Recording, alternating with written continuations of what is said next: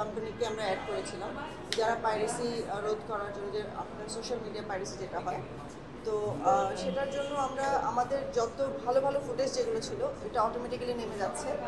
But যারা cinema hall থেকে copy করছেন, যারা ফোন দিয়ে কপি করছেন বা যারা ক্যামেরা দিয়ে কপি করছেন, তারা যে ফুটেজগুলো আপলোড করছে সেটার জন্য আমাদের একটা আইনত ব্যবস্থা নেওয়া খুবই জরুরি ছিল। কারণ আমরা গতকাল থেকে দেখছি, নোটিস করছি, এবং আমরা একটা পোস্টও দিয়েছিলাম আমাদের সোশ্যাল মিডিয়াতে যে আপনারা যারা এটা করছেন প্লিজ এটা করবেন না, আমরা একটা আইনত ব্যবস্থা নেব।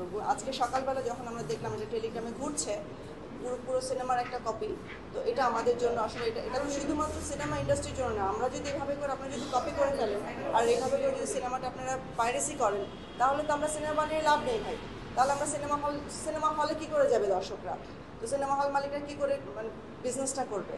তো সিনেমা হল মালিকের বিজনেস করলে তো আমরা বিজনেস করতে পারবো, তাহলে তো আমরা সামনে আরও সিনেমা নিয়ে আসবো। আপনারা যদি সিনেমা দেখতে না চান তাহলে আপনারা করতে থাকুন না, আমরা সিনেমা বন্ধ করে দেবো, আমরা সিনেমা করবো না।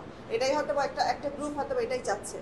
আমার যেটা মনে হয় যে এটা আমরা আগে থেকে আভাস পাচ্ছিলাম, বাট আমি কখনোই এই ব্যাপারে কোনো কথা বলিনি যে আমাদের সাথে আমাদের পিছে কেউ লেগে আছে বা কি। অনেকে অনেক কথা বলেছে, but I was not really bothered about that. কিন্তু এখন আমার এমন একটা জায়গায় আমি এসে পড়েছি, কারণ এখানে শুধু আমার বিজনেস না, এখানে সমস্ত হল মালিকের বিজনেসের ব্যাপার।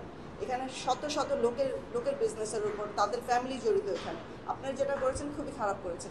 এখন আমাদের এছাড়া আর কিছু করার নেই। আমরা অলরেডি একটা জিডি করেছি, আমরা একটা মামলা করছি সাইবার ক্রাইম ডিপার্টমেন্টে। যারা এটা করেছেন তাদের বিরুদ্ধে কঠোর ব্যবস্থা নেওয়া হবে। আপু, আমরা দেখেছি মানে এরকম কি কোনো গ্রুপকে আবার সন্দেহ করেছেন, যদি মামলা করেছেন এরকম কোনো কিছু স্পেসিফিক নাম তো আমরা এখন বলতে পারবো না, কারণ যেহেতু এক একজন এক এক গ্রুপ থেকে এক একজন বিভিন্ন নামে করছে।